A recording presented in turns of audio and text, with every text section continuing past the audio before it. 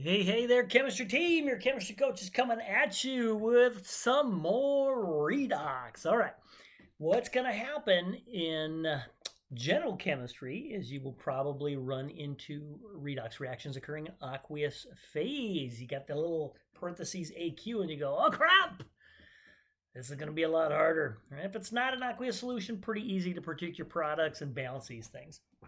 Not so much. Some of the most complicated chemistry I've seen at this level involves redox reactions in aqueous solution. Yay for us. Here we go. Two basic things to remember. Well, one, don't try to do it on your own. Number one, if you see AQs in there, and you should be able to determine the oxidation number. So it doesn't matter whether it's an aqueous phase solution or not. You got your reactants. If you happen to know your products, just do the oxidation numbers of everything, and if they're changing up or down, you know it's redox. Now, if you don't have your products, depending on who your professor is, who's driving the car, right, who's running the show, some of them just skip this part and just give you, because it's a little too much for this level, they just give you the products.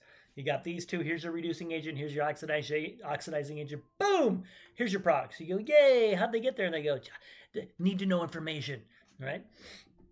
But some professors like me go, no, in some scenarios, I want you to be able to know how to find that, right? Not everybody's going to, put your diapers on all the time and tell you what the products are. So I want you to know where to look and how to determine what your products are in some relatively simplistic fashion. So the redox table I'm going to give you is not going to be totally complete. But find a redox table, and a lot of times that'll help you predict your products. Very similar to acid-base tables we've used before, where if you have your acid, you can see on the next column it's the conjugate base, and if you have the base, the prior column's the conjugate acid, so you can predict what you form. It always goes from stronger acid-base to weaker acid-base. Same idea with oxidizing agents. We'll have oxidizing and an oxidizer reducer on one side, and if it's in equilibrium, you can have an oxidizer reducer on the other side, and you can actually have a reversible reaction in equilibrium. Oh, that gets crazy. Now, once you've identified your products and their states, then we can balance it. Please don't try to balance redox reactions in aqueous solution by inspection. Usually incredibly difficult. There'll be oxygens on the product side, but none on the reactant side. You're like, where'd they come from? Right? So it gets a little weird. Please follow, depending who teaches your class, they may have different methods. We're going to be using the half reaction method.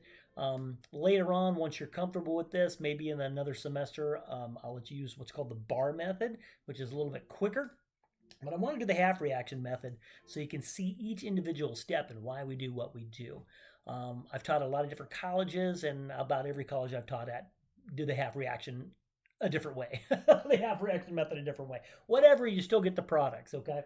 But we're going to walk it through. And where we, at the college we're at here, we're not a big fan of using H+, because it really doesn't exist in solution. We like to use the hydronium ion, H3O+. So the way we do the steps in our half reaction method introduce the hydronium ion in, when a lot of other colleges or places or professors would put an H+. And it's actually more common to see H+, because it does make it easier. Not quite as realistic, though. But anyway, we'll do the half reaction method. And if you're in my class, I have typed these out in a handout you can get from my website. So print that out, and we'll utilize that. Very likely I'll do the half reaction method in a different video, depending how long it takes us to go through the redox table. So let's do a little but show you how to use this redox table to predict products and whether reactions are going to be, favorable as written. Are they going to be more product dominant, more reactant dominant if they're in equilibrium or something like that? So let me erase this board, and if you got the redox table, go grab it. All right, so hopefully you were able to print out your redox table or find another source for it. Looks something akin to that. All right, looks a lot like an acid-base table. The acid-base table, we had acids here with strongest on top, and the conjugate base that it formed over here with the weakest on top. So it went from stronger to weaker acids, and then weaker to stronger bases. Very similar here. We have the oxidizer here with the strong, if you want to write in strongest on top here, and then they get weaker and weaker as they move down, and we actually have two columns. This is not a complete table in any way, shape, or form. And then we got the reducers here with the weakest ones on top and the strongest ones down on the bottom over here. So the oxidizer, this tells you if this is your oxidizer, that's what it will form in aqueous solution in most instances. And if you don't see any phase marks, it's probably going to be AQ in most scenarios. A lot of them don't put states at all, and you have to kind of determine it from experience and whatnot. So this is your oxidizer. See how the arrow points across? That tells you what it forms. And the stronger the oxidizer, the weaker its corresponding species it forms. So make sure you have one of these tables with you. We're not going to worry about this column right here at this level. But see where it says medium in blue? The A's and the B's and the NB's and whatnot? That's going to be important. So we'll talk about what those all mean in a second. But in general, a redox table is used to predict the product's form. If you know your... Woo! Total fumble. I rolled a 1. If you know your reactant, you can see what your product is. Okay? A lot like with acid-base tables. Also, we can determine if this is at equilibrium, if it's a reversible reaction. You can tell whether it's going to be reactant dominant or product dominant because the stronger species drive towards the weaker species. So your reducer and oxidizer on one side will be stronger than the oxidizer reducer on the other side, and will always drive from stronger to weaker. And so the weaker species will be the dominant species at equilibrium. Just like acid bases go from strong. So if both your acid and base are strong on your reactant side, that drives almost pretty much, we always say, essentially to 100% extent. So it's all products. But if they're both weak, now we got an equilibrium, but you could tell which one's going to be more dominant. So again, stronger to weaker, driven. Number 3, we can tell if the mediums match, and that's the mediums here.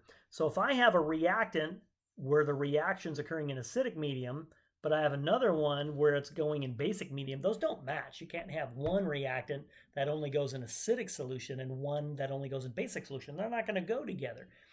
So they have to both be an acidic medium. You have to have an A for both of them or a B for both of them. They happen in acidic or basic. You'll also see Na means not acidic, so that could be neutral or basic, and Nb means not basic, so that could be acidic or neutral. So acidic and not basic would go together, right? So I could have an A with an A or an A with an Nb, right? Those kinds of things. So let's do a couple examples and show you how to predict them. But let me walk through the 3 parameters we're looking for and how to use this table real quick. Let me erase my board. All right, a couple things we need to look at for this redox table to work. And again, a lot of places don't teach this at all. That's okay.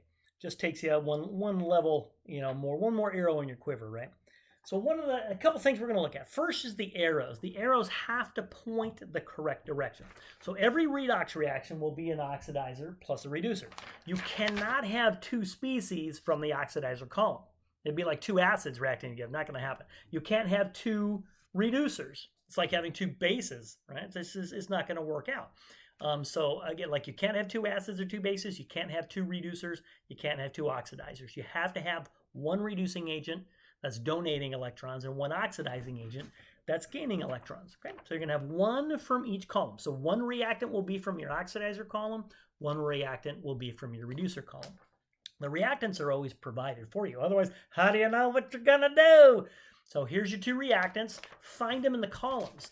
One will be the oxidizer, one will be the reducer. So what I'll do is I'll look in the oxidizer column, strongest on top, and I'll just go down. I have my 2 reactants. I just go down until I find one of the 2. There, I got my oxidizer, okay? Once I find my oxidizer, then I'll go to the reducer column, because I can't have 2 oxidizers, and then I'll look for the other reactant that was provided. So I'll look all the way down here. If I don't see it, I'll go over here, right? Looking all the way through those. Here's how the arrows need to line up. Once you find your oxidizer, the arrow must point to the reducer, and that's your product, okay? So they have to point, or they can be reversible. So the oxidizer must point to the right, to the reducer, which is your product. That would form that. Or it could go both directions in this case. If you have your reducer, the arrow must point the other way. So see this one, the chloride to the perchlorate, it doesn't point that way, so it can't. You can't have the chloride go into the perchlorate, but you can have the perchlorate go into the chloride. I'm trying to look in a mirror image here. Hey, this is a little better. So like the Mn2 plus is not going to form MnO2. It goes the wrong way. But I can go from MnO2 to Mn2 plus. If it's reversible, you can go both directions. Right? But here, like the H2O2 going to O2, H2S going to solid sulfur, you can go that direction, right? So the arrows must line up. So the oxidizer has to point to the reducer or be reversible, and the reducer has to point to the oxidizer or be reversible. If they both point, if it's pointing the wrong way, that reaction is not going to happen. So that's the first thing I want you to check for. All right, let's look at the next few things. All right, factor number 2 for a redox reaction in aqueous solution, other than the arrows lining up, is the mediums have to match up. And again, the mediums are this column in the light blue with the A's and the NBs and the NAs and the B's and all that fun stuff.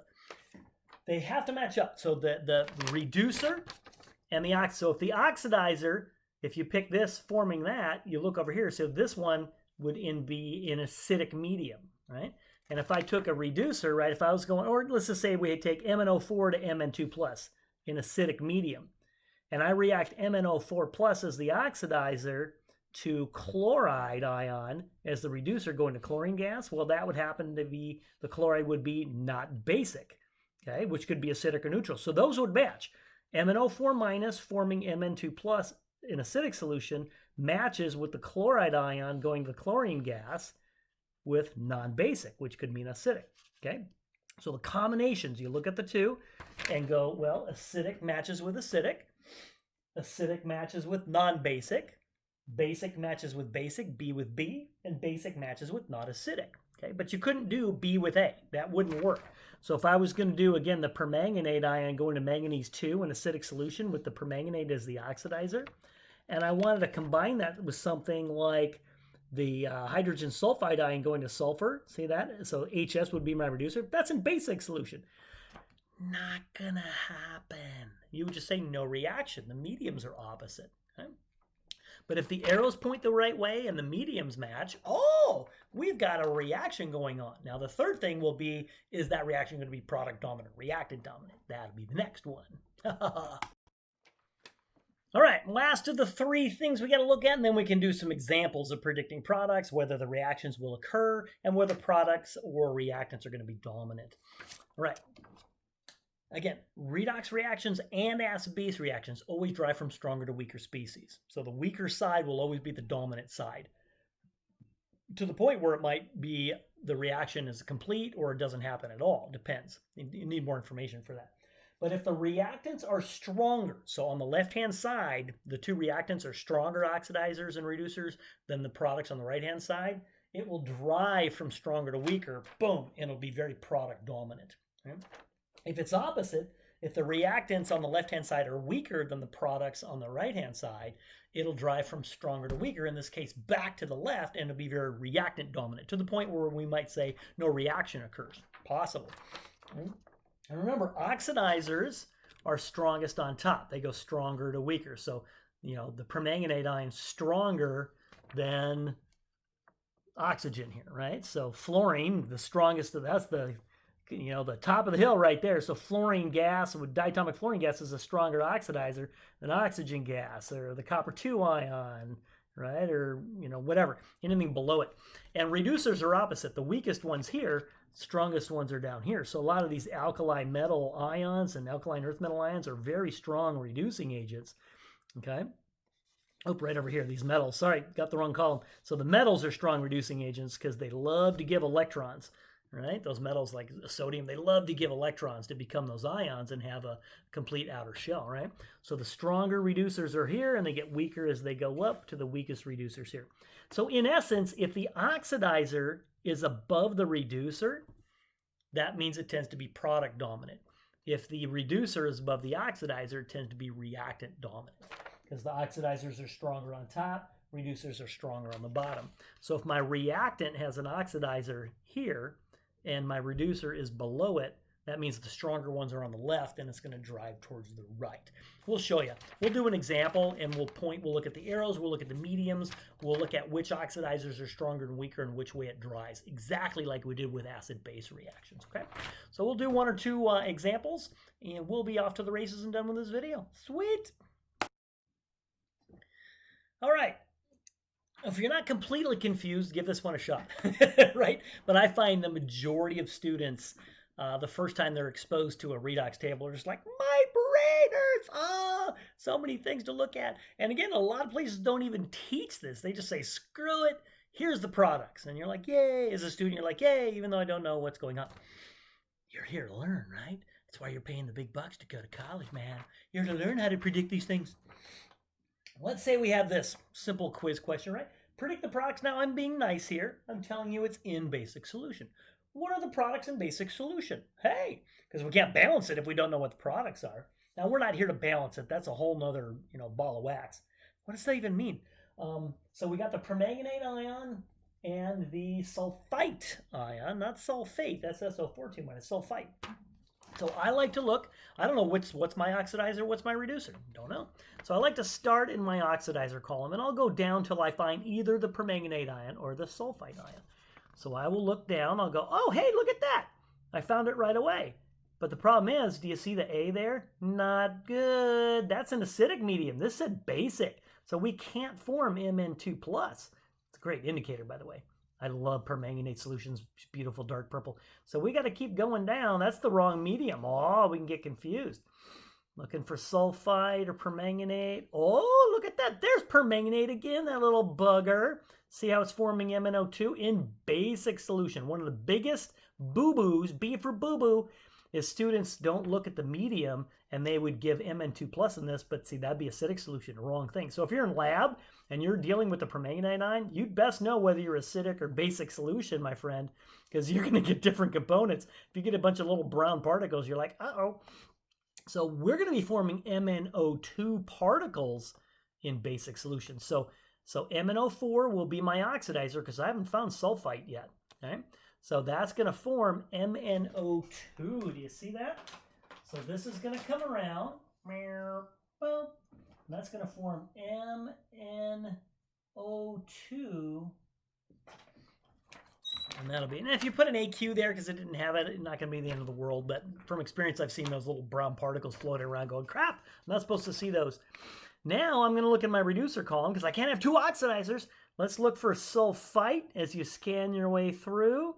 You might be looking, I hate it when you're like, yeah, man, where's the darn thing?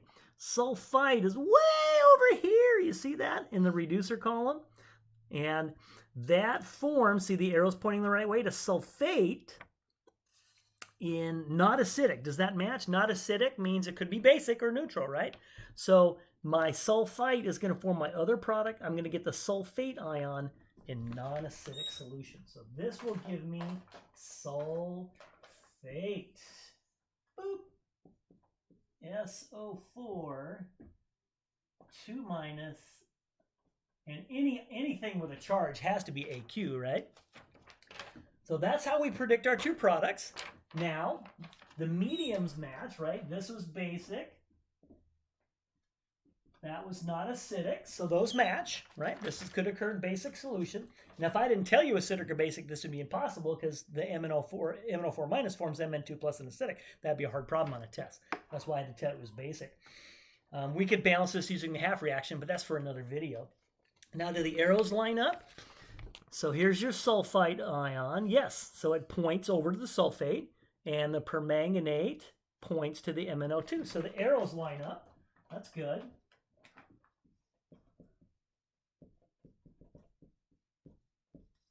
Right? Mediums are favorable. So it's kind of like going on an airplane. Check, check. Is this, we got gasoline? Check. Is the tire popped? No, yeah, checked. All the passengers, luggage, check, check. I don't fly airplanes, so I have no idea what they check. But I do know we have to check a few things. We got to make sure the arrows line up. Boop. Mediums match. Boop. That means that reaction happens. Now we can tell which one's stronger, which one's weaker, and we can tell whether this is going to be product or reactant dominant. So let's take a look. So my MnO4, so this is my oxidizer, right? I'll go OA for oxidizing agent and RA for reducing agent, right?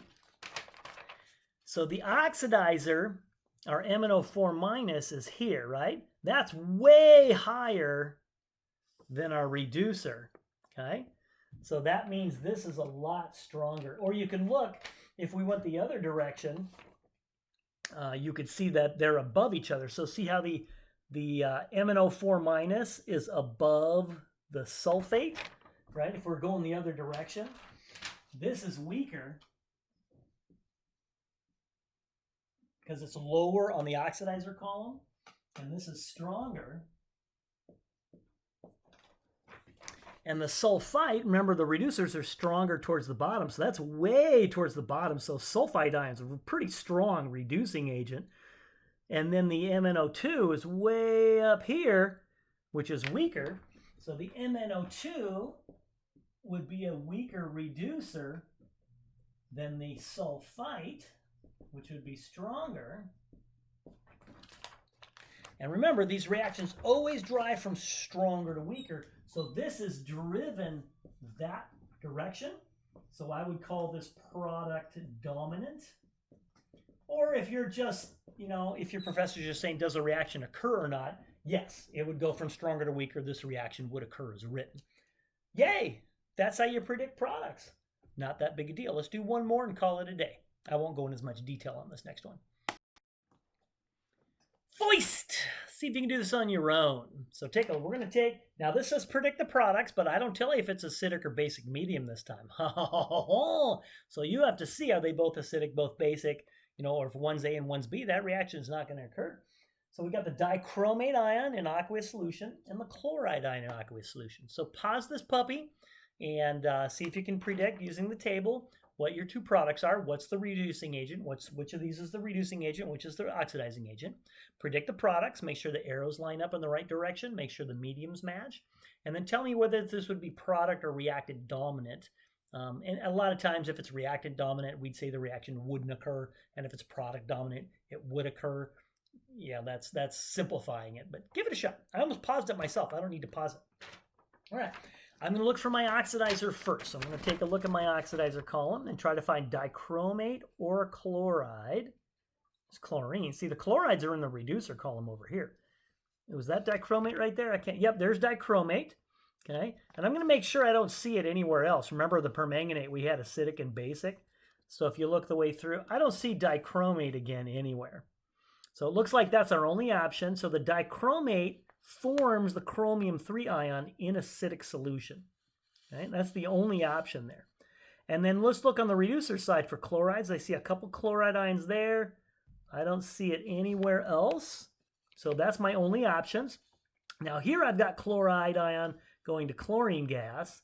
And here I've got the chloride ion going to perchlorate, but see the arrow points the wrong way, so it couldn't be that. I cannot take dichromate to form chromium 3 and chloride to form perchlorate because the arrow goes the wrong way. They can't both point to the right. So it would have to be the dichromate forming chromium 3 in acidic solution and the chloride ion forming chlorine gas in non-basic, which could be acidic. So those mediums and arrows line up. So my first thing that's going to happen, this will be my oxidizing agent. And that will form the chromium 3 ion in acidic solution. All right? So the dichromate, where'd that little bugger go? The dichromate, arrow points to chromium plus 3, my product, in acidic solution. Now let's look at our chloride. Can't do this one, the arrow points the wrong way. So the chloride ion is going to form chlorine gas in non-basic. So this is going to form, so this would be my reducing agent, and that's going to form chlorine gas, and that was, what did it say, not basic? Yep, not basic, right there. So would you agree the mediums match up, right? Acidic and not basic could be acidic. Arrows line up, so this reaction occurs. All right, so arrows line up. The mediums match. Now let's see which one are the stronger ones. So they're pretty close to each other, but see the dichromate, right, is below the chloride. So the dichromate, if you look over here, is below the chlorine. So the dichromate is weaker than the chlorine. Right, so this is my weaker oxidizing agent. This would be stronger. So if I was going in the other direction, right? And then the chromium, the chloride, right? So here's your chloride, right? Oop, that one. And then the chromium 3, right? So the chromium-3 is below the chloride. The lower on the redox column, the stronger. Right, so this one's stronger. This one's weaker. So it dries from stronger to weaker. So this would be reactant dominant. Or in some places, if you have a professor that doesn't do reactant product dominant, they just say, yes, the reaction occurs as written from reactants to product, or no, it doesn't happen. We could have possible no reaction. Just depending who you have and what you're doing. There you go. That's how you do it. And then, of course, we can balance it. But that'll be our next video. Oh, put your seatbelt on. It's going to get nasty.